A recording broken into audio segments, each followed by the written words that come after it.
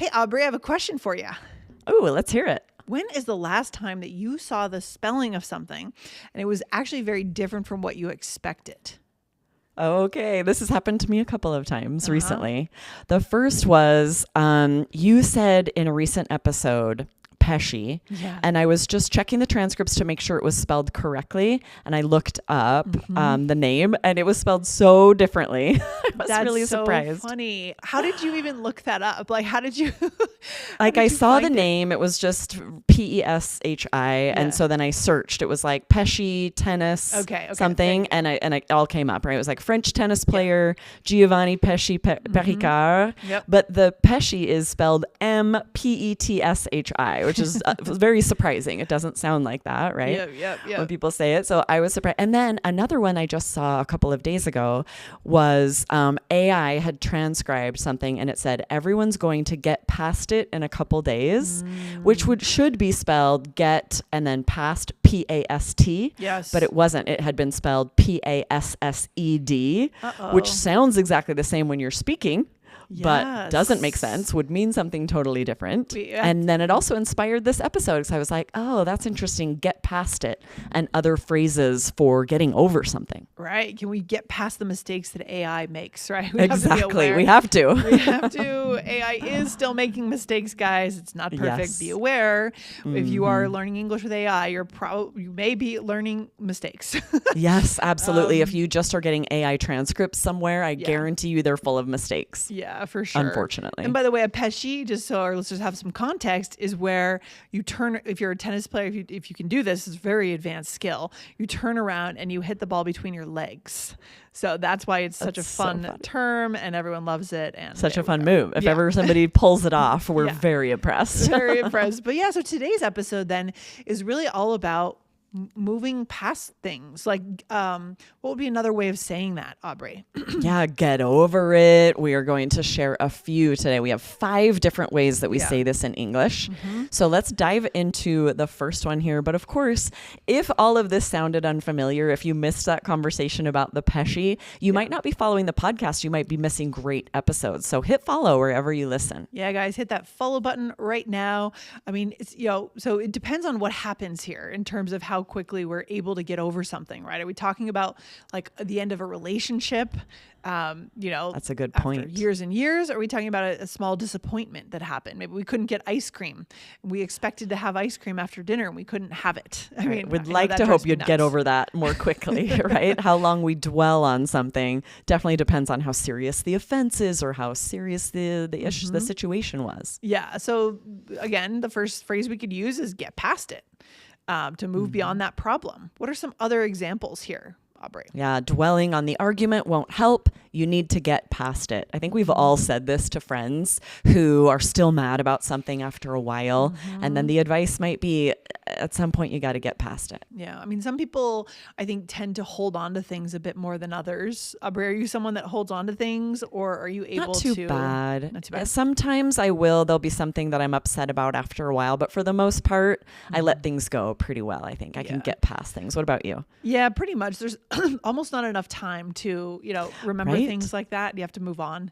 Ain't nobody got time for that. That's right. That's kind of a fun expression in English that we use with poor grammar. She's like, we don't have time to worry about that. We don't have time. Here's another example. I know the mistake was embarrassing, but you need to get past it and focus on the game. Yeah. I mean, if you're an athlete, you have to be present. Tennis is one of those games that requires total mental presence. It's very mental. Yes, a lot of sports are that way. I'm coaching basketball right now, and this will happen if a girl misses a shot or trips and falls in front of people, and they're embarrassed and they get in their heads and they start playing really terribly. And a coach might say this, like, you've just got to get past it and focus on the game. Forget about it. Yeah, Move for on. Sure. Or the coach might say, would the coach say you need to get over it? That one's a little more harsh. This is a little more harsh, right? It means to get over, you recover from disappointment or sadness, some kind of obstacle. Yeah.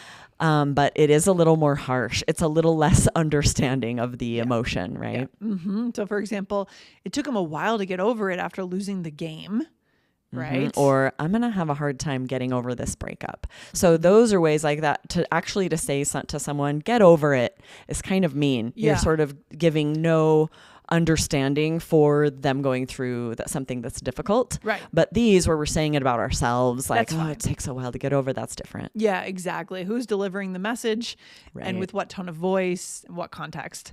Moving on, right? Move on, right? To move on. Moving on, let's talk about move on. Yeah, there you go, right? So to emotionally or mentally leave a past event behind and focus on the present or future. So it is interesting how we just talk about this with no emotion involved. Like, let's move on to the next topic. But we also talk about it for emotional things. For example, after the project failed, the team decided to move on and start fresh. Or she couldn't forgive him at first, but eventually she moved on. And we kind of have both examples. The first one is sort of unemotional at work. We're moving to the next thing. Right. And the second one, to move on, is like to let the emotion of it go.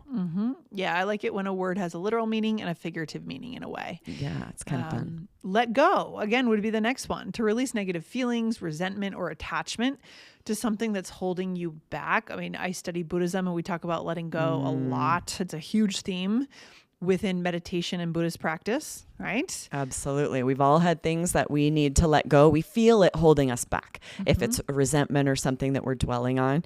For example, he had to let go of his anger toward his former boss. Like, maybe you're still seeing each other at conferences or at events.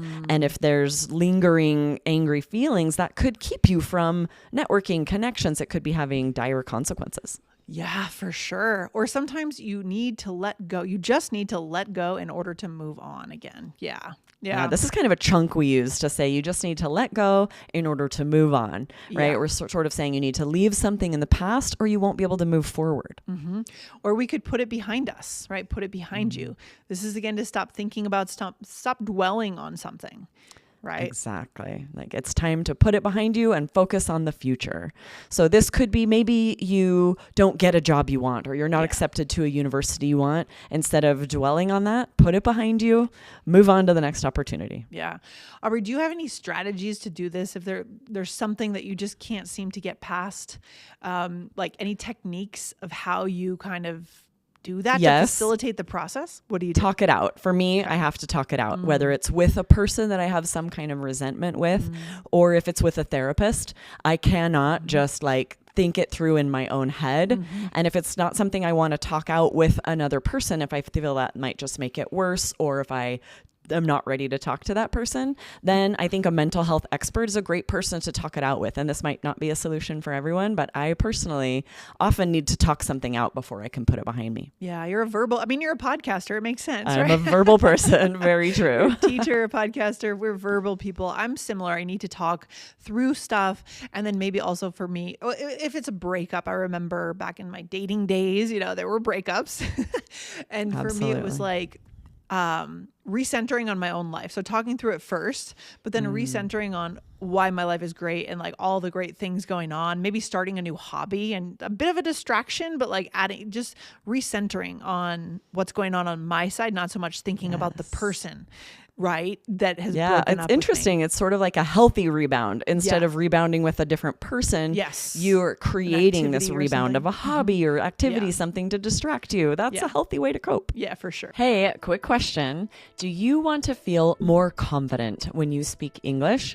If so, we made a free guide for you.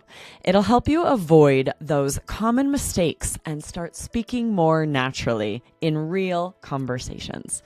Go grab it in the description below. And if this is helpful for you, make sure that you like and subscribe. We're here 5 times a week to help you connect in English. All right, we are back from break. Let's do a role play, Aubrey. So here we're friends talking after you just had a difficult breakup. Here we go. I just went through a breakup, so there's been at least 20 years. Oh, geez, I know. Those are tough days, right? The dating days were tough, I think. We don't envy anyone out there who's still going through it. I remember how rough that was. Yeah, for sure. Hey, Aubrey, how have you been feeling since the breakup? Honestly, I'm still kind of upset. I'm having a really hard time getting over it. I get it. Breakups are tough. It might take some time, but you'll be able to get past it. I know. I really need to move on, but it's tough to let go of the resentment. Maybe a new hobby to distract yourself would help you put it behind you. That's not a bad idea. I've been wanting to learn to play the guitar. No time like the present. That's so funny. I didn't even read our role play, but basically. I know, but you're right. I mean, it just makes sense, right? This is a great way to move past something, to have something else to occupy your time and your thoughts, because otherwise, if you're just sitting around, you're going to dwell on it. Exactly. So I asked you how you're feeling, how you've been feeling since the breakup. You said, honestly, I'm still kind of upset. I'm having a hard time getting over it. Right? Getting over it. Mm-hmm. Yeah. And then you said, breakups are tough, but you'll be able to get past it. So this is a great connection skill to use these phrases to encourage. You're giving someone hope. Like, I know you're struggling, you're going through it, but you will be able to get past it. Yeah. And then you said, I know I really need to move on, but it's tough to let go of the resentment. Yes. Yeah. So we got both of those, right? Need to move on, having a hard time letting go of those angry feelings. And then you said maybe a new hobby would help you put it behind you. Yes. Good advice. Love it. So good.